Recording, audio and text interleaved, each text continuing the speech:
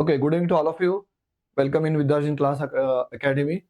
बघा, आता इथे जो आपण काल इथं थांबलो होतो, की where are you going and how fast are you going. तर तुम्हाला मी काल म्हणालो होतो, की या म्हणजे मागच्या लेक्चरमध्ये म्हणालो होतो, की how fast we are going वर आपण कॉन्सन्ट्रेट करणार होतो, म्हणजे वेलॉसिटी. ओके.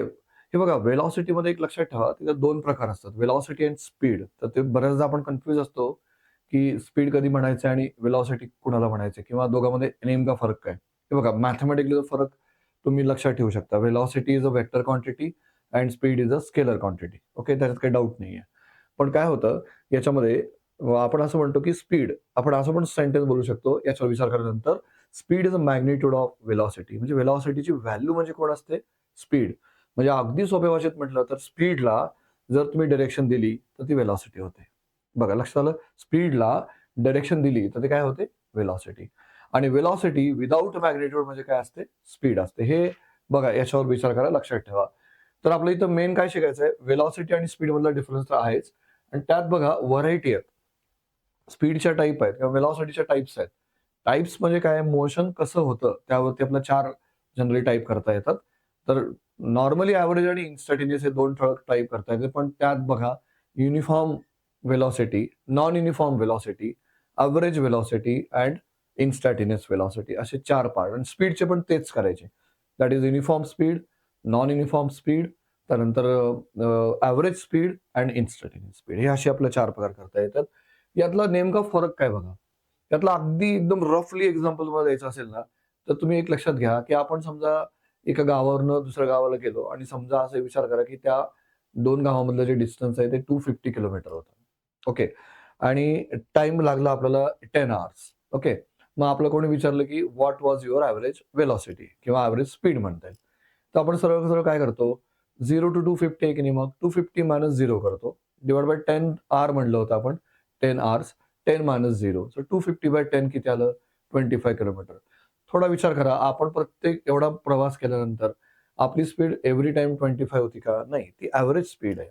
म्हणजे कधी ती 50 असेल, कधी ती 10 असेल, कधी मध्ये आपण थांबलो पण असेल. तर हे सगळे एव्हरेज व्हॅल्यू, त्याला म्हणतो आपण एव्हरेज व्हेलॉसिटी. पण तुम्हाला पर्टिक्युलरली विचारलं, की या पर्टिक्युलर मोमेंटला किती स्पीड होती? हे कशी काढणार आपण?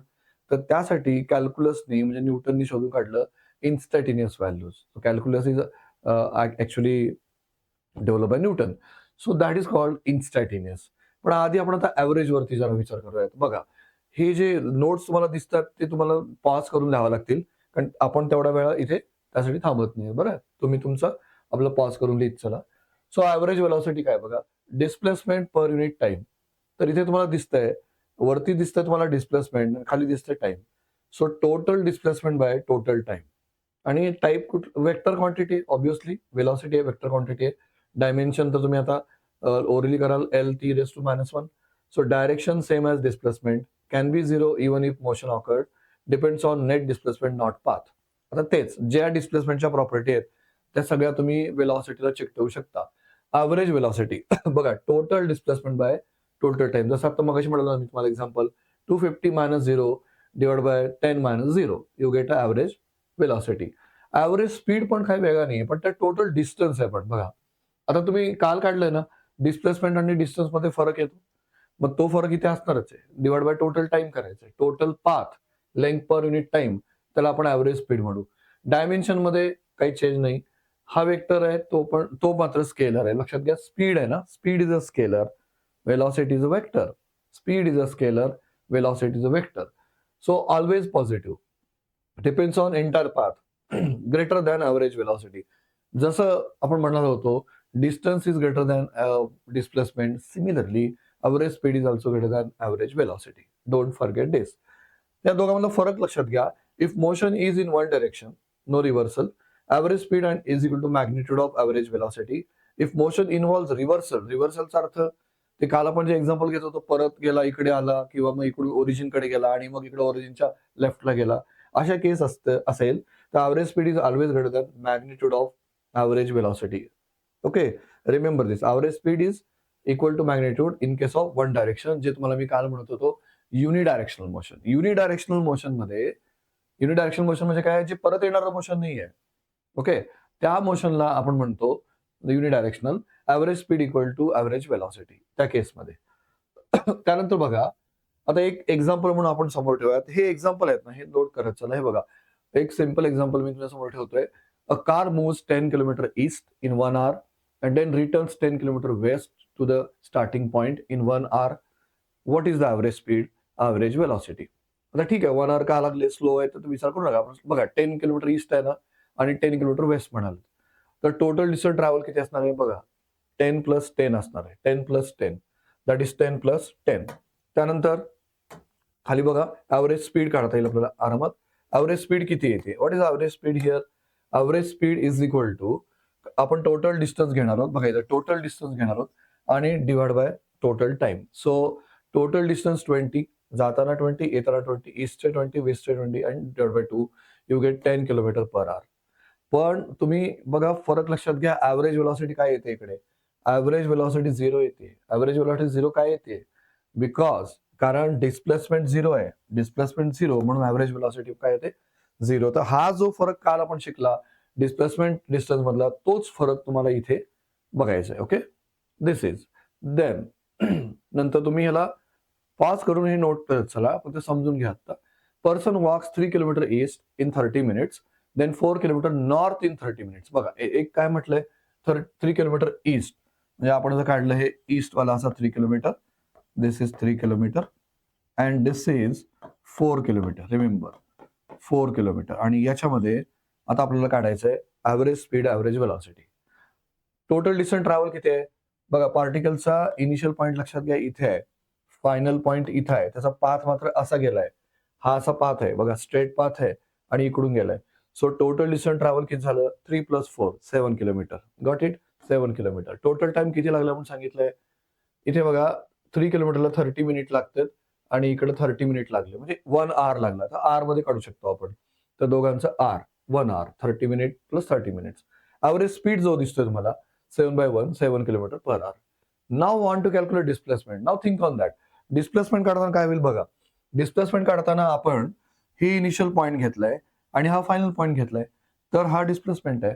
मग हा डिस्प्लेसमेंट काढताना आपण काय करतो, तर ह्याचा रिझल्टंट काढावा लागेल तुम्हाला, कारण हा इनिशियल आहे, हा फायनल आहे. That is nothing but average velocity want to calculate. 3² + 4² 5 kilometre. Average velocity 5/1 and that gives 5 kilometer per hour. This is 5 kilometer per hour. And then if you want, हे बघा, ॲव्हरेज वेलॉसिटी काढताना हे angle पण काढलाय, कारण माहिती आहे आपल्याला की वेलॉसिटी म्हणजे मॅग्निट्यूड पण असतं. नुसतं मॅग्निट्यूड चालणार नाही ना, मॅग्निट्यूड अँड डायरेक्शन ऑल्सो. तर 53 4/3 अँगल येईल. पण फरक नीट लक्षात घ्या. ॲव्हरेज स्पीडला तुम्ही काय कन्सिडर केलंय आणि डिस्प्लेसमेंटला काय कन्सिडर केलंय. बॉडी कशी चालली, path, average speed and direct displacement, shorted distance between the initial final, you get average velocity. हा फरक लक्षात आला पाहिजे. ओके, तर हे दोन, आय होप सो, दोन प्रॉब्लेम वरून आपल्याला कळेल की what is the difference between average and average velocity and average speed. ठीक आहे. आता याच्या पुन्हा दोन कॅटेगरी करता येतात, इन्स्टंटेनियस वेलॉसिटी आणि इन्स्टंटेनियस स्पीड. हा जो इन्स्टंटेनियस आहे, मगाशी जो मी तुम्हाला म्हणालो ना, 0 to 250 किलोमीटर ट्रॅव्हल केल्यानंतर पर्टिक्युलर मोमेंटला किती स्पीड होती, हे कोण सांगणार? Instantaneous. Remember this, instantaneous. So velocity at particular instant of time is nothing but instantaneous velocity, आणि speed at particular instant of time is instantaneous speed. हे स्केलर आहे, ते वेक्टर आहे, पण दोन्ही पण इन्स्टंटेनियस आहेत आणि दोन्हीचा फॉर्म्युला हाच वापरायचा आपल्याला. Limit delta t tends to 0, delta x upon delta t is nothing but dx upon dt. So dx upon dt is a differentiation, remember. So remember this sentence, instantaneous values always only calculated by differentiation. Only calculated by differentiation. There is no option no. न्यूटनने हे develop केलंच ते instantaneous value काढण्यासाठी. छोटासा rate of change काढण्यासाठी develop केलेलं असते. Type is vector. Okay, there is no any doubt in that. Tangent to the path at that instant. हे बघा, आता डायरेक्शनचं मी तुम्हाला सांगतो काय डायरेक्शन आहे. डायरेक्शन म्हणजे ऍक्च्युली काय, समजा असं सर्कल आहे, आपण विचार करा, हे वेलॉसिटी अशी, ही इथं आपलं दाखवतो आपण, ही दाखवतो ना आपण, हे जे म्हणणं आहे ते हे आहे tangent to the path at that instant. हे इथं असेल तर मग असा टँजंट दाखवतो आपण. आता इथं ह्या ठिकाणी एवढं इम्पॉर्टंट नाहीये, फक्त मी डायरेक्शन सांगण्यासाठी तेवढं एक वाक्य तिथं ऍड केलेलं आहे. पण remember, instantaneous is for very very small time. किंवा ह्याला असं म्हणू शकता तुम्ही, जर ही एवढीच बाजू बघितलात delta x upon delta T जर बघितलं आपण तर it is nothing but average velocity. हे काय आहे? ऍव्हरेज वेलॉसिटी आहे. तर तुम्ही हे म्हणू शकता for very very less time instantaneous velocity is average velocity. Okay, it is a average velocity. That is for very very. आता ह्याचं मिनिंग आपला मॅथ्स मध्ये कळतंय पण मी थोडक्यात सांगतो. डेल्टा टी टेन्स टू झिरोचा अर्थ आहे झिरो टायमिंग नाही, 0 सेकंद नाही, पण व्हेरी व्हेरी लेस टाइम, म्हणजे near about 0.0000001 second. There is very less time पण नॉट झिरो. झिरो केल्यावर गडबड होईल. So when limit delta tends to zero म्हणजे असं म्हणू शकतो आपण for very very very small time average velocity is nothing but called instantaneous velocity. Remember this. Okay, this is like बाकी तीच डेफिनेशन स्पीडला लावा. स्पीड फक्त स्केलर आहे, बाकी काही बदल याच्यात नाहीये. ठीक आहे, यात काही बदल नाहीये. So this is a difference make. Then see uniform rectilinear motion. हे बघा दोन कॅटेगरी आपण इथे शिकतो ह्या चॅप्टरमध्ये, युनिफॉर्म मोशन आणि युनिफॉर्म ऍक्सलरेटेड मोशन. तर नॉर्मली ही नावं आहेत ना ही थोडीशी वेगवेगळी असतात प्रत्येक बुकमध्ये. तर एक लक्षात ठेवा, हे बघा वेलॉसिटी कॉन्स्टंट असेल तर त्याला जनरली युनिफॉर्म मोशन म्हणतो आपण, आणि ऍक्सलरेशन कॉन्स्टंट असेल तर त्याला युनिफॉर्मली ऍक्सलरेटेड मोशन म्हणतो आपण. तर इथे तुम्हाला मी लिहिलंय बघा, ते motion in straight line with constant velocity. Velocity कशी आहे? कॉन्स्टंट. तर अशा केसमध्ये एक लक्षात ठेवा, average velocity is equal to instantaneous velocity. Equally space position in equal time of interval. म्हणजे काय? समजा एक छोटासा ग्राफ काढून बघू आपण. हे बघा, हा ग्राफ काढलाय मी. ग्राफ कशाचा काढतोय मी आता? इकडे मी एस घेतलाय, इकडे मी टी घेतलाय, डिस्प्लेसमेंट घेतलाय, चेंज ऑफ पोझिशन आणि टाइम घेतलाय. तर याचा ग्राफ आहे ना तो असा येणार आहे. तर तुम्ही जर नीट विचार केला, हे जे शेवटचं वाक्य आहे इक्वली स्पेस पोझिशन इक्वल टाइमचा अर्थ काय? 0 हे 1 सेकंद, हे 2 सेकंद, हे 3 सेकंद, हे 4 सेकंद. तर आता हे 1 सेकंद मध्ये इथं बघा 1 मीटर डिस्टन्स ट्रॅव्हल करेल, हा 2 सेकंद मध्ये 2 ट्रॅव्हल करेल, 3 सेकंद मध्ये 3 ट्रॅव्हल करेल. तर हे मिनिंग समजून घ्या, equally space positions in equal inter of time. दिसतंय तुम्हाला इथं? एका सेकंड मध्ये एकच मीटर, किंवा याला असं लिनियर पण घेता येईल. बघा, हे समजा तुम्ही ओरिजिन घेतलंय तर हा 1 मीटर, हा 2 मीटर, हा 3 मीटर, हा 4 मीटर. इथं 1 सेकंड, इथं 2 सेकंड, इथं 3 सेकंड, इथं 4 सेकंड. म्हणजे तुम्ही दिसतंय का? 1 मीटर ट्रॅव्हल करायला 1च सेकंड लागलाय, पुढचा 1 मीटर ट्रॅव्हल करायला पण 1च सेकंड लागलाय, पुढच्या 1 मीटरला पण 1च सेकंड लागलाय. तर ह्याला म्हणतात equal displacement in equal time interval और equal change of position in equal time of interval. तर अशा वेळेस हे बघा, अशा वेळेस ह्या मोशनला आपण काय म्हणतो? आता इथे बघा, motion in travel with uniform velocity म्हणा किंवा कॉन्स्टंट वेलॉसिटी म्हणा, म्हणजे याचा जो रेशो आहे, तुम्ही कुठेही रेशो घ्या तो तुम्हाला सेम मिळणार आहे. So this is a called equal space position equal time. त्याच्यानंतर इकडे तुम्हाला दिसतंय ॲव्हरेज स्पीड इक्वल टू काय असतं इकडं? instantaneous स्पीड असेल, and that is magnitude of velocity. If velocity is constant, its a magnitude is also constant. म्हणजे आता इथं बघा दिलंय मी, train moving at 20 metre per second. ईस्ट स्पीड किती? 20 metre per second. Average speed किती? 20 metre per second. Instantaneous speed किती? 20 metre per second. All are equal. तर याला आपण जनरली छोट्या ह्याच्यामध्ये म्हणतो युनिफॉर्म रेक्टँगल मोशन, किंवा सरळ असं म्हणायचं uniform velocity motion. UVM is very good name for this. लक्षात ठेवण्यासाठी युनिफॉर्म वेलॉसिटी मोशन, युव्हीएम म्हणा त्याला. Okay, that is a uniform velocity motion. Velocity constant आहे, म्हणजे व्हीटी ग्राफ काढला समजा मी. आता मला म्हटलं की वेलॉसिटी वर्सेस टाइम ग्राफ काढा. तर वेलॉसिटी वर्सेस टाइम ग्राफ काढायचा असेल तर तुम्हाला ही स्ट्रेट लाईन काढायची. This is straight line. VT graph हा एसटी ग्राफ आहे, हा व्हीटी ग्राफ आहे. यावेळी किती असेल ऍक्सलरेशन? 0 असेल ऍक्सलरेशन. लक्षात ठेवा, ऍक्सलरेशन 0. म्हणजे ऍक्सलरेशनचा ग्राफ जर कडा घेतला आपण, एटी ग्राफ जर घेतला आपण, एटी, तर हे ऍक्सलरेशन काय येतं? 0 येतं. ऍक्सलरेशन 0. सो या ट्रेनची स्पीड पहिल्यांदा किती आहे? 20. 2 तासात किती आहे? 20. 3 तासात किती आहे? 20. So equal speed is 20, average speed is 20, instantaneous speed also 20. हे लक्षात ठेवा. So this is very important. So this is uniform velocity motion. आता तुम्हाला दिसतंय इथे या केसमध्ये बघा, नॉन युनिफॉर्म रेक्टिलिनियर मोशन. तर नॉन युनिफॉर्मचा अर्थ तसा घ्यायचा म्हणजे काय? इट इज नथिंग बट हे नाव आहेत ना, ही थोडं वेगवेगळी बुकनुसार वापरले जाते. थोडासा फरक असतो, तो लक्षात ठेवा. नॉन युनिफॉर्म कोण? Non uniform velocity non uniform, पण ऍक्सलरेशन युनिफॉर्म असणार इकडं. बघा इथं दिसतंय तुम्हाला, motion in straight line but velocity changes. मगाशी काय होत होतं? मगाशी वेलॉसिटी सेम राहत होती, युनिफॉर्म राहत होती, तर वेलॉसिटी चेंज होते. तर तुझ्यासमोर एक एक्झाम्पल आहे बघा, दिसते तिकडे, change in speed, direction or both. City बसचं एक्झाम्पल आपण घेऊयात. बघा, स्टॉप्स ॲट बस स्टॉप्स. विचार करा, stops at bus stops, moves fast between the stops, पुन्हा slows down near the signal. तर हे कंटिन्यू बघा चेंज होते की नाही. सो समवेअर स्टॉप आहे, कधी कधी मध्ये स्पीड वगैरे बदलली, सिग्नलला थांबलं. So at bus stop velocity equal to काय 0, while moving velocity is different at different moments. Average velocity is calculated for the entire trip because velocity is not constant. तर या केसमध्ये जसं तुम्हाला म्हणालो मी एक्झाम्पल त्या 0 to 250च्या, average velocity is not equal to instantaneous velocity. Don't forget. Average velocity is not equal to instantaneous velocity. मागच्या केसमध्ये velocity constant, speed same, average velocity तीच, average speed तीच, instantaneous speed तीच, instantaneous velocity तीच.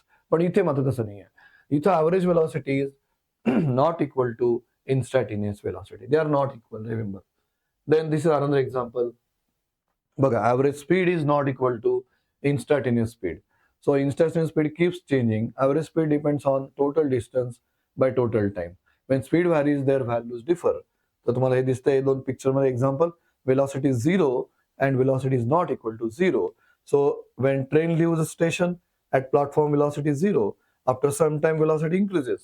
बघा, that feel the train. Velocity at start 0. After 1 minute not equal to 0. Average velocity depends upon total displacement. Again, remember, same story. Average speed is also not equal to instantaneous speed.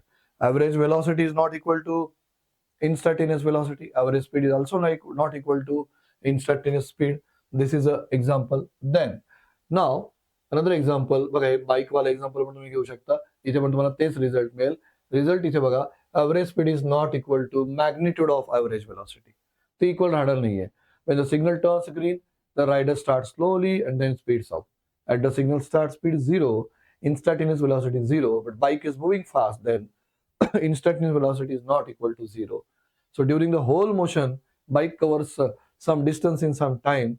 So that is why average velocity is actually काय असतं, total distance by total time. Anyhow, average speed is not equal to magnitude of average velocity.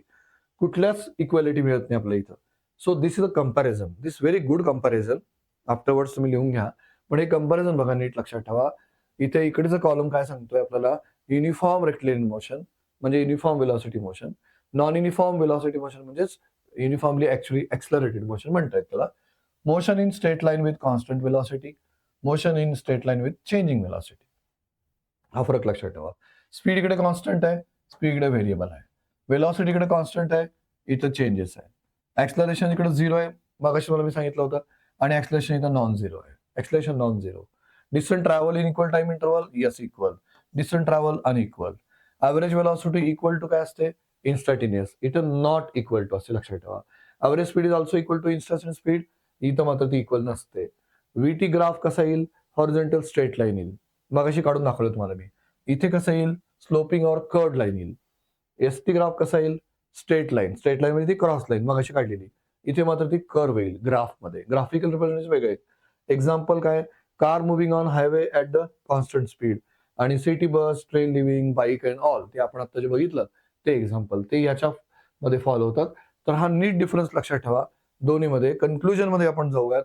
Uniform velocity motion is with constant velocity, and non uniform velocity motion or accelerated motion ज्याला आपण म्हणू, ज्यामध्ये acceleration आहे, त्याला म्हणायचं आपण that particular non uniform motion. This is. Then comes acceleration. बघा, ही सगळं आपण काल शिकलो होतो डिस्प्लेसमेंट. आता ऍक्सेलरेशन काय, इथे पण तुम्हाला 4 टाईप करता येतात actually. Uniform acceleration, non uniform acceleration, average acceleration and instantaneous acceleration. 4ही सेम टाईप. जर वेलॉसिटीचे टाईप कळले असतील तर हे कळतं. पण एक फरक लक्षात ठेवा, डिस्टन्स डिस्प्लेसमेंट काय होत्या, distance is a scalar, displacement is a vector quantity. Velocity speed मध्ये पण बघा, speed is a scalar and velocity is a vector. But acceleration मध्ये तुम्ही जर कुठे बघितलं तर तुम्हाला अशा 2 क्वांटिटी दिसणार नाहीत. कारण acceleration is the rate of change of magnitude of velocity, also rate of change of direction of velocity, और rate of change of both. Remember this. इथे मॅग्निट्यूड ऑफ वेलॉसिटी चेंज झाला, कॉल्ड एक्सलरेशन. डिरेक्शन चेंज झाला, called acceleration. दोन्ही change झालंय, call acceleration. So there is no scalar term for the acceleration. Basically, acceleration is a vector quantity. So acceleration is defined as rate of change of velocity with time.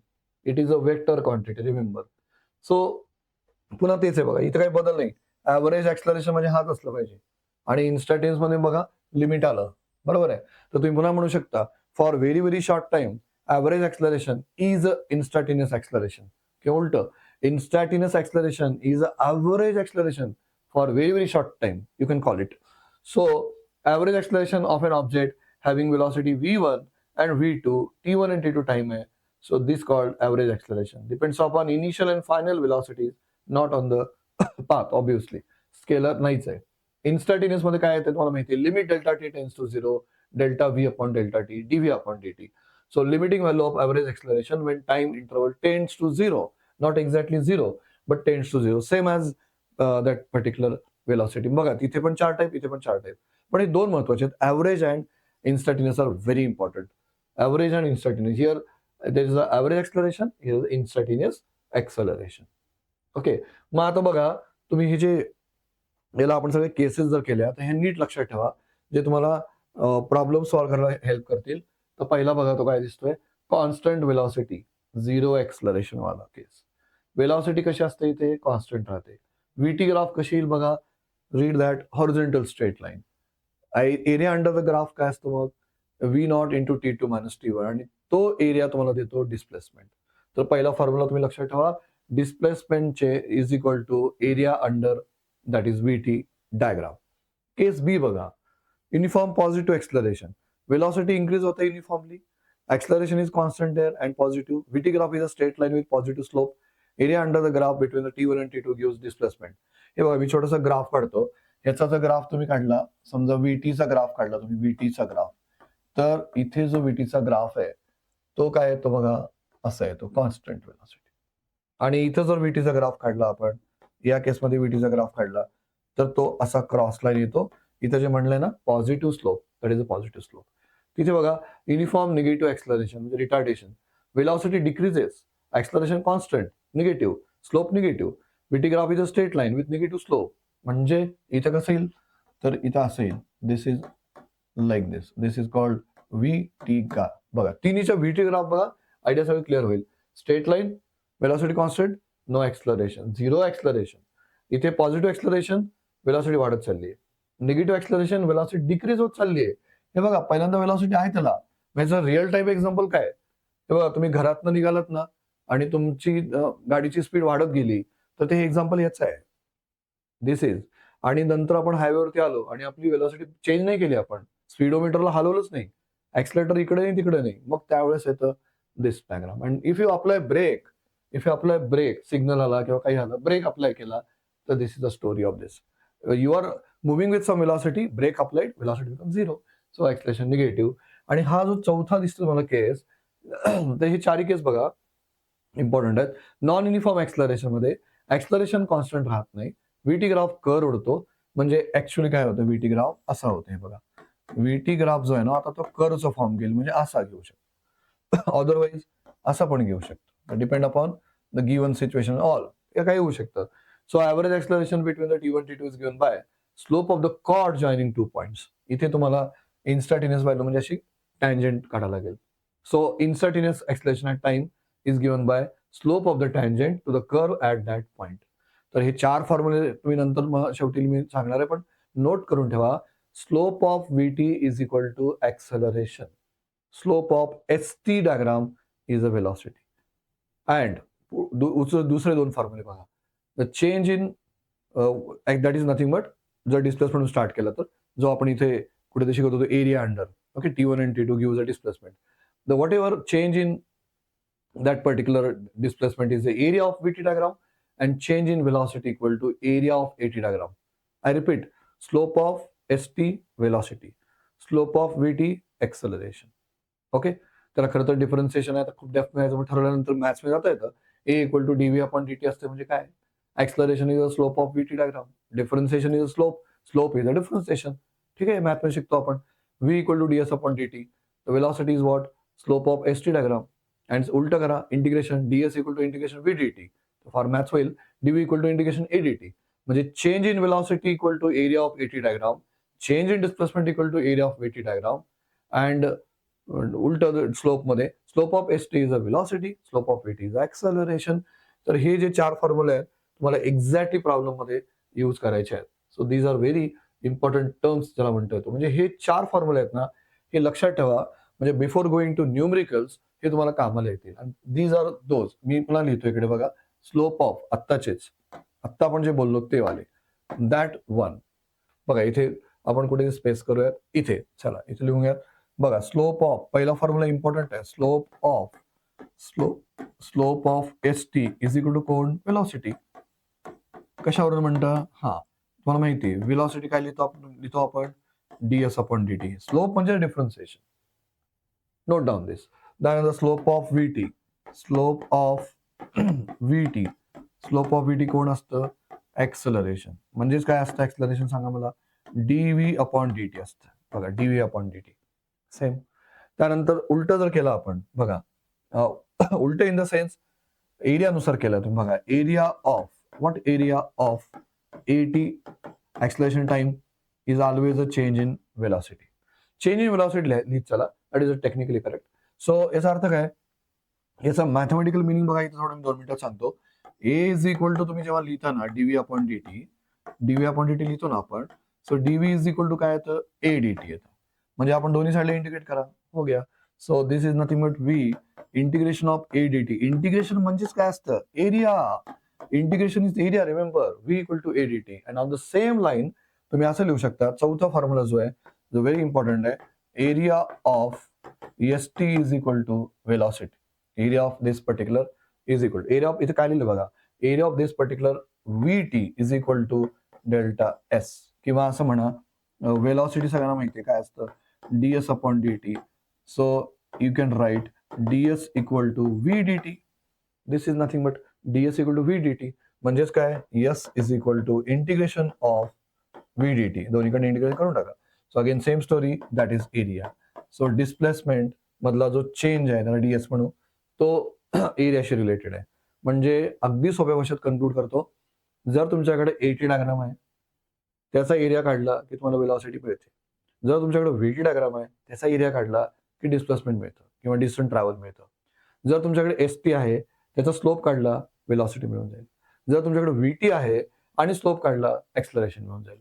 So this is whole story. तर हे आपलं आता complete झालं कालपासूनचं discussion. 2 पिरियडमध्ये आपल्याला कळलं की what is a distance, what is a displacement, who is a scalar, who is a vector, what is the speed, what is the velocity, how many times, uniform, non-uniform, instantaneous, average. Acceleration पुन्हा 4 type, uniform, non uniform, average, instantaneous. Average काढायचं असेल, total value काढला लागेल. Average velocity, total displacement time. Average speed, total distance by time. But instantaneous, differentiation. instantaneous काय, ds upon dt. कुठं कोण same आहेत बघा, 2 टाइपचे मोशन तुम्ही शिकलो आपण. युनिफॉर्म मध्ये कोण सेम आहे, तर युनिफॉर्म मध्ये सगळं इक्वल आहे, नॉन युनिफॉर्म मध्ये कोणीच इक्वल नाही आहे. सो ऍव्हरेज वेलॉसिटी आणि इन्स्टंट मध्ये कुठे इक्वल आहेत नोट करा. पुन्हा एकदा परत जाऊन तुम्हाला ते पॉज करून लिहून घेता येईल. But be understood about that. आणि शेवटी आपण शिकलो डायग्रामचा, आणि हे रिलेशन कधी विसरायचं नाही आहे. फॉर द डायग्राम म्हणजे आपलं जे ग्राफिकल प्रॉब्लेम सॉल्व्ह करायचे आहेत त्यासाठी तुम्हाला एवढा बेस लागेल. Slope of S T is who, velocity. Slope of VT is who, acceleration. Okay. What is area change, v equal to always area of the AT diagram, and displacement always area of the VT diagram. So this is how we can remember these all formulas. बघा हे आपण चाललंय फक्त त्या PYQ साठी solve करण्यासाठी, एवढा सगळा थेरी त्याच्या मागे लागेल. Okay. So prepare well and ready for PYQ. तर नेक्स्ट जो व्हिडिओ येईल तो असेल PYQ वरती. ओके. थँक्यू.